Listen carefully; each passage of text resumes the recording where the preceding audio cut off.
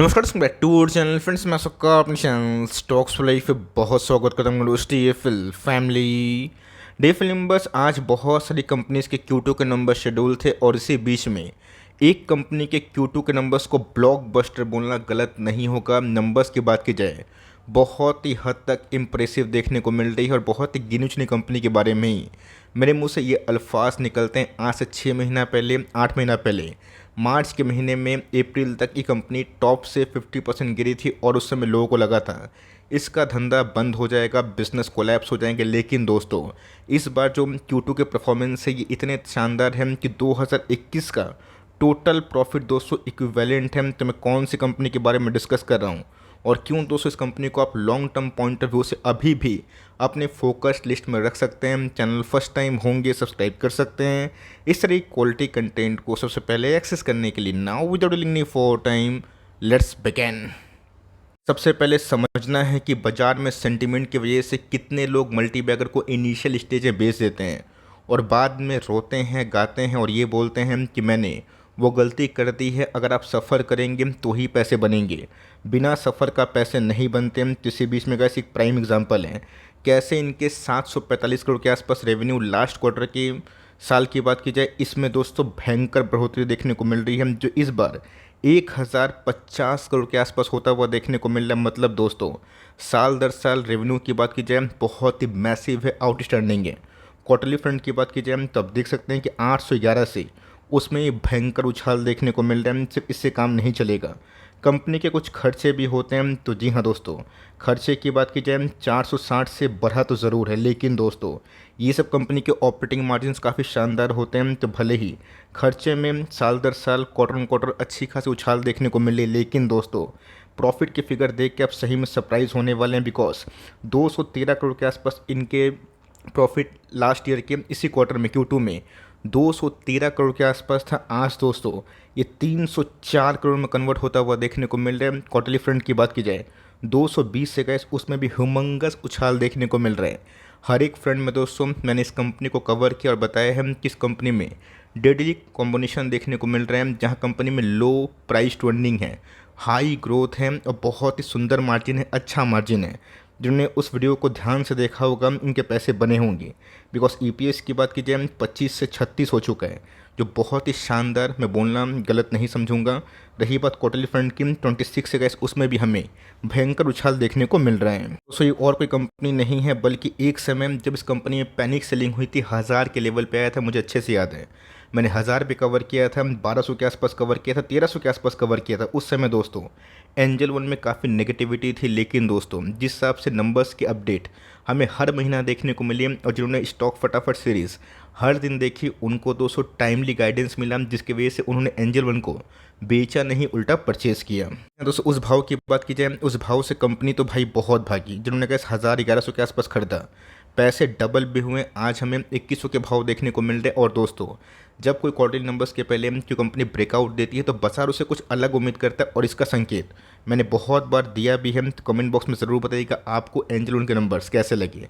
क्या इसका the end है, पीक है? मेरा ऐसा मानना नहीं है। मुझे लगता है कि गोइंग फॉरवर्ड ये सब कंपनी यहाँ से बहुत ही बड़ा रिवॉर्डिंग मशीन बन सकती है। तो गाइस जिस हिसाब से इनके IPO आए थे, मतलब लिस्टिंग तो बहुत धुआंधार नहीं हुई थी, 11% की डिस्काउंट लिस्टिंग हुई थी। 272 के आसपास आई थिंक ये लिस्ट हुआ था और उसके बाद लगातार तेजी, 2 साल कोई पैसे नहीं बने और यहाँ तो कैसे पैनिक सेलिंग हुई।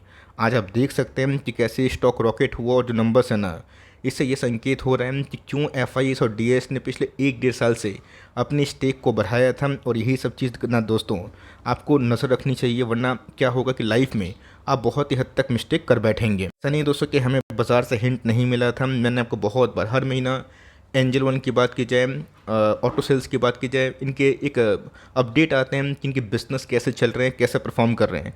सितंबर के महीने में गए क्लाइंट बेस 47% के आसपास बढ़ा और ऑफकोर्स जीरोधा की बात की जाए उसको ग्रो ने ओवरटेक कर लिया है। डिस्पाइट इस इंटायर इंडस्ट्री में कितना ग्रोथ है आप ऐसे ही उसली अंदाज़ा लगा सकते हैं। साथ ही साथ उससे खुशखबरी भी हमें देखने को मिल रही है जहाँ पे कंपनी अपने शेयर होल्डर्स को रिवॉर्ड दे रही है, ग्रोथ दिखा रही है। और उसके बाद दोस्तों ये कंपनी हर एक फंड में हाई डिविडेंड बांटती है। इस बार भी अगर आप देखें तो सेकंड इंटरिम डिविडेंड का फैसला कंपनी ने किया है और आप देख सकते हैं कि 12 रुपये 70 पैसा पर शेयर आपको मिलने वाला है। या दोस्तों कंपनी की मार्केट कैप की बात की जाए, आप देख सकते हैं कि 17,000 करोड़ के आसपास से मार्च के महीने में कैसे 8,500 करोड़ के आसपास भी आया था। मेरा ऐसा मानना है कि गोइंग फॉरवर्ड दोस्तों हम लोगों को इसमें एक इनफ डेवलपमेंट देखने को मिल सकती है। एक साल लो की बात की जाए, मैंने बताया था कि 1000 के आसपास आया था। इसको इंडिको पेंट को मैंने एक ही बार कवर किया था और दोनों को ही मैंने 1000 के आसपास ना स्ट्रॉन्ग कन्विक्शन के संग सलाह दी थी कि हम चाहे तो अपने कॉल पे ले सकते हैं। रही बात प्राइस ट्रेंडिंग की, ह्यूमंगस परफॉर्मेंस करने के बावजूद भी 19 की पी पे ट्रेड कर रहे हैं, 2% के आसपास डिविडेंड यील्ड है। और दोस्तों इसीलिए मैं आपको बोलता हूँ कि कैश फ्लो के संग कंपनी के आरओसी और आरओई पे ध्यान दे, और हो सकता है कि जल्दी ही हमें शायद कंपनी बोनस भी देते हुए दिखाई पड़े और शायद कंपनी स्प्लिट भी कर दे।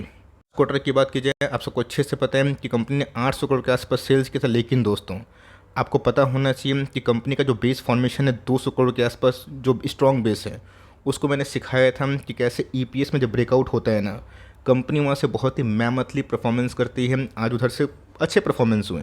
अब क्या हर क्वार्टर में कंपनी 300 करोड़ के आसपास प्रॉफिट देगी? नहीं, ये सोचना ही गलत बात है। क्योंकि दोस्तों आप देख सकते हैं कि कंपनी जब जब हाई प्रॉफिट देती है उसके बाद हमें एक आध क्वार्टर ना थोड़ा डल कंडीशन देखने को मिलता है। लेकिन ये फॉरवर्ड लुकिंग 3 साल 5 साल के लिए कंपनी यहाँ से काफ़ी अच्छा दिखाई दे रही है। कंपनी की बात कीजिए, आप देख सकते हैं 2021 में गए टोटल जो सेल्स है ना 1200 करोड़ के आसपास थे। जो इस क्वार्टर में मात्र 1000 के आसपास है। और दोस्तों एक समय कंपनी 21 में मात्र 300 करोड़ के आसपास प्रॉफिट कमाती थी, 297। इस बार दोस्तों 304, मतलब एक क्वार्टर का जो प्रॉफिट है ना, ये 4 क्वार्टर को एग्रीगेट कर लें तो ही इक्वल होगा। मतलब दोस्तों इस इंडस्ट्री में ग्रोथ आ रहा है जिसकी वजह से कंपनी प्रॉफिट शो कर पा रही है। कंपनी के रिजर्व स्कीम, तो कंपनी के रिजर्व से बहुत ही टॉप क्लास है। 2000 करोड़ के आसपास कंपनी के रिजर्व से। बोरोइंग्स की बात की जाए, पहले से थोड़ा कम होता हुआ दिखाई ज़रूर दिया है। ऐसे अच्छे से याद है कि एक समय जो प्रमोटर की होल्डिंग 44% के ऊपर थी, वो 5% के आसपास जो स्टेक है पब्लिक होल्डिंग में कन्वर्ट हो गई। लेकिन दोस्तों एफ की होल्डिंग मुझे अच्छे से याद है मुजवानी की 5-6% से कम थी, आज 17% के आसपास है। डीएस की होल्डिंग भी उसी समान थी जो उधर से 2 गुना बढ़ चुकी है। तो मोटा मोटी गैस पहले ही हिंट मिल चुका था कि एफ और डीएस कौन कौन से स्टॉक्स पे अपनी नज़र को बना रहे हैं। अब देखना बनता है कि कल के दिन इस भयंकर नंबर्स के बाद बाजार इसको लेके कैसा रिएक्ट करता है। हाँ दोस्तों इसमें कोई बड़ी बात नहीं है। ऑलरेडी अगर आप ठीक से मार्केट को समझते हैं, नोटिस करते हैं, रैली दोस्तों 15 दिन पहले से शुरू हो गई थी। अगर आप ठीक से देखें ना, कैंडल वाइज जज करें तो कंपनी का ऑलरेडी 1850 से 2100 के आसपास पहुंची है। मतलब ऑलरेडी 10-15% के आसपास गेन दे दी है। बट मेरा ऐसा मानना है कि कंपनी ने जो नंबर्स पेश किए हैं ये बाज़ार के एस्टीमेट से अच्छा है। मुझे तो गैस पर्सनली काफ़ी अच्छा लगा। हो सकता है कि कल ऑपरेटर्स की उल्टी गंगा बह जाए और ये कंपनी की बात की जाए थोड़ा बहुत प्रॉफिट बुकिंग का शिकार हो जाए। ऐसा बहुत बार होता है कि कंपनी के अच्छे नंबर्स आएँ और कंपनी फॉल हो गई। फॉल में आप चाहें तो एड ऑन डिप्स कर सकते हैं, बाय ऑन डिप्स कर सकते हैं। रही बात long term point of view की, एकदम दोस्तों मैं तो होल्ड करने वाला हूँ बिंदास। आप चाहें तो अपना कॉल ले सकते हैं। लेकिन यस अगर अगर ये कंपनी भाग गई, सर्किट में फ्रीज हो गई तो छोड़ दीजिएगा, कोई जल्दीबाजी मत करिएगा। बिकॉज कभी ना कभी ऊँट पहाड़ के नीचे आता है, टॉप पे खरीद के फ़ायदा नहीं। लेकिन अगर आप 3-5 साल का हॉरिजन रखते हैं तो बाई ऑन डिप्स की स्ट्रेटेजी से इस कंपनी को धीरे धीरे एकोमुलेशन आप कर सकते हैं। जैसे मैं बोलता हूँ कि मार्जिन ऑफ सेफ्टी की ताकत समझिए। ये सब कंपनी को आप टॉप पे खरीद लेंगे तो ऑफकोर्स इसको डबल होने के लिए 4000 जा जाएगा तो ही जैसे डबल होगा। लेकिन दोस्तों जिन्होंने कंपनी को 1000-1200 पे खरीदा है, 1200 पे भी खरीदा है ना, बस 200 पॉइंट पे डबल होगा। इसलिए इस टिप का फ़ायदा उठाइए, पैनिक ना करिए। बिकॉज यहाँ पे अगर आप देखें तो मैकडी की बात की जाए, पुलिस क्रॉसओवर देखने को मिला और नंबर्स के बाद मुझे लगता है कि फॉरवर्ड 2-3 साल का इस कंपनी अच्छा करेगी। अलॉन्ग विथ जितने भी डिपॉजिटरी वाले शेयर हैं, CDSL हो गए, NSTL हो गए, BSE हो गए, NSE हो गए, बहुत सारे ब्रोकर्स की बात की जाए, इनका गुड टाइम देखने को मिल रहा है। आपका क्या व्यू है कमेंट बॉक्स में ज़रूर बताइएगा। और कुछ भी करने से पहले एक बार अपने फाइनेंशियल एडवाइज़र से सलाह मशवरा कर सकते हैं। और वीडियो अच्छी लगी तो प्लीज़ लाइक करके और सब्सक्राइब करके हम लोग को आप इनकरेज भी कर सकते हैं। तो वैसे मिलते हैं जल्दी ही, तब तक के लिए bye. Thanks for listening friends, God bless you all.